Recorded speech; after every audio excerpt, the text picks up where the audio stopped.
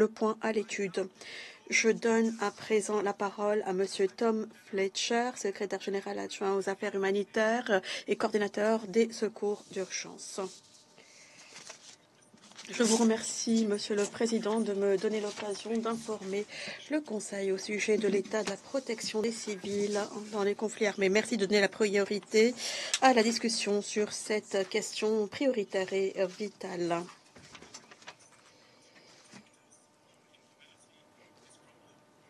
Tout l'échafaudage qui a été édifié afin de nous protéger est en train de s'effondrer et ceux qui ont besoin de notre action. Monsieur le Président, l'an dernier, les États-Unis ont enregistré plus de 36 000 décès de civils dans un contexte de 14 conflits armés.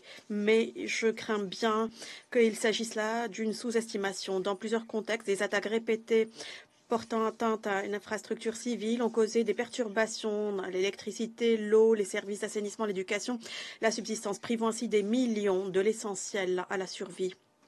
Le nombre de personnes déplacées de force atteint des chiffres records pour dépasser les 122 millions. La plupart sont déplacés à l'intérieur de leur pays.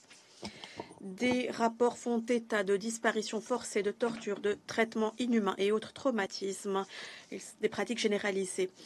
La violence sexuelle est endémique. L'ONU a vérifié quelques 4500 cas l'an dernier. 93% des victimes sont des femmes et des filles. La famine causée par le conflit atteint des niveaux alarmants et les soins sanitaires n'ont pas été épargnés.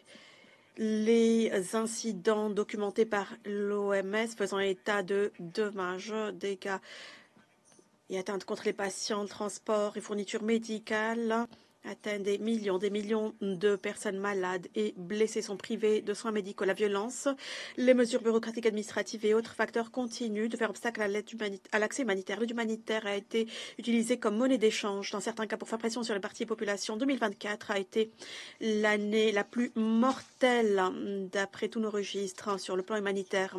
Plus de 360 travailleurs humanitaires ont été tués, y compris au moins 200 à Gaza et au moins 54 au Soudan, du personnel local pour la plupart. Dans l'intervalle, des faux discours et des campagnes de désinformation minent les opérations militaires et érodent la confiance dans les acteurs humanitaires. Ils mettent en péril les vies de nos collègues et des personnes qu'ils servent. Ceux qui essaient de faire rapport sur le fardeau de ces civils subissent également des dommages. D'après l'UNESCO, 53 journalistes ont été tués dans des conflits armés l'an dernier. Une montée en flèche par rapport aux années précédentes. L'exemple le plus frappant est peut-être Gaza, où les journalistes internationaux ne peuvent toujours pas entrer, où les journalistes locaux ont été tués en nombre alarmant. De nouvelles technologies, parmi lesquelles, et en particulier l'intelligence artificielle, ont commencé à transformer les tactiques de guerre.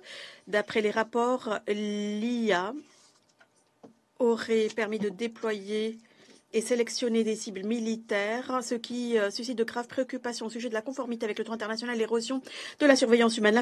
Les technologies de l'information et de la communication sont utilisées également de manière à augmenter les dangers pour les civils, que ce soit en perturbant ou en portant atteinte aux infrastructures essentielles aux services, en effaçant des données vitales ou en poussant les civils à jouer un rôle dans les conflits armés. Monsieur le Président, nous sommes témoins d'une tragédie qui se déroule devant nos yeux, qui touche la protection des civils, le respect du TIH, en dépit des leçons, des enseignements tirés de l'histoire et d'engagements juridiques clairs. Certains partis au conflit se sont portés auteurs de violations flagrantes des règles gouvernant la guerre. Certains ont justifié des pertes civiles immenses par des interprétations trop permissives du droit, les définissant comme des cibles licites, ce qui constitue un objectif militaire ou les désignant comme des objectifs militaires ou parfois désignant ces dégâts civils comme proportionnels.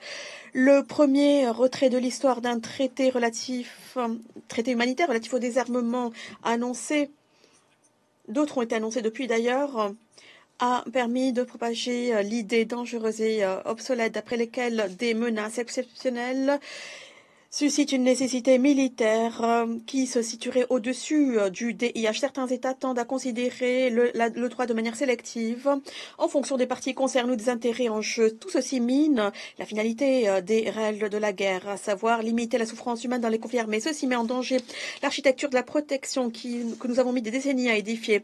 Il y a un autre chemin permis par ce Conseil des États membres, d'autres actions pour sauver ce qu'il nous reste. Tout d'abord, la conformité. Toutes les parties doivent respecter le DIH. Tous les États ont le devoir de garantir le respect. Le dialogue politique, la condamnation publique des violations, la formation des forces armées, le transfert d'armes responsables sont des actions concrètes que les États membres peuvent prendre à cet effet.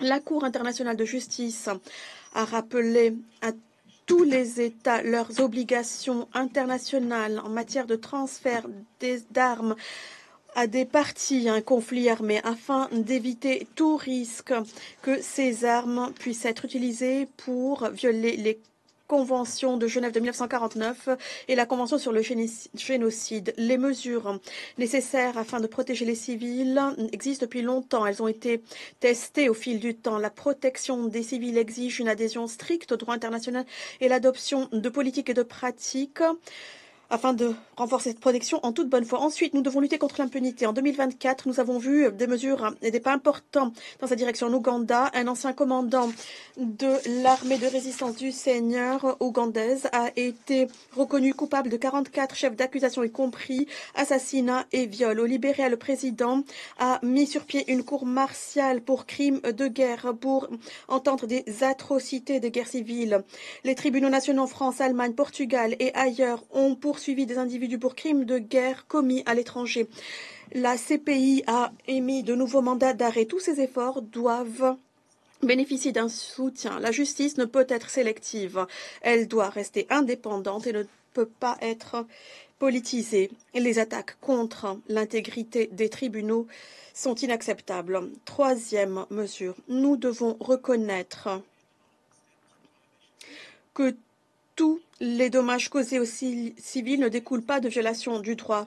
Même lorsque les parties sont en conformité, l'échelle des dommages civils peuvent être dévastateurs. Et c'est pourquoi le secrétaire général a appelé à une approche qui place en son cœur les personnes plus globales pour protéger les civils. Ceci passe par l'adoption de politiques et mesures opérationnelles robustes pour protéger les civils et une meilleure compréhension des tendances autour de la vie et aux atteintes. Cela signifie également d'envisager plusieurs perspectives et droits en matière de protection des civils. Monsieur le Président, la semaine dernière, au Conseil de sécurité, j'ai demandé quelles actions seraient possibles pour dire aux générations futures que nous avons pris des mesures pour mettre terme à ces atrocités du XXIe siècle. Mais la question ne s'applique pas qu'à Gaza, cela s'applique à tant de conflits où les civils sont piégés, terrorisés. Ce Conseil et chaque État membre doit faire montre de la plus grande volonté politique et du courage qui est nécessaire pour inverser cette tendance. Nous devons laisser une empreinte, non pas pour ces alertes, mais pour nos actions. Merci. Je remercie Monsieur Fletcher pour cette intervention. Je donne la parole à Madame Sima Baous, secrétaire générale adjointe et directrice exécutive de l'ONU Femmes. Merci, Monsieur le Président. Ministre des Affaires étrangères de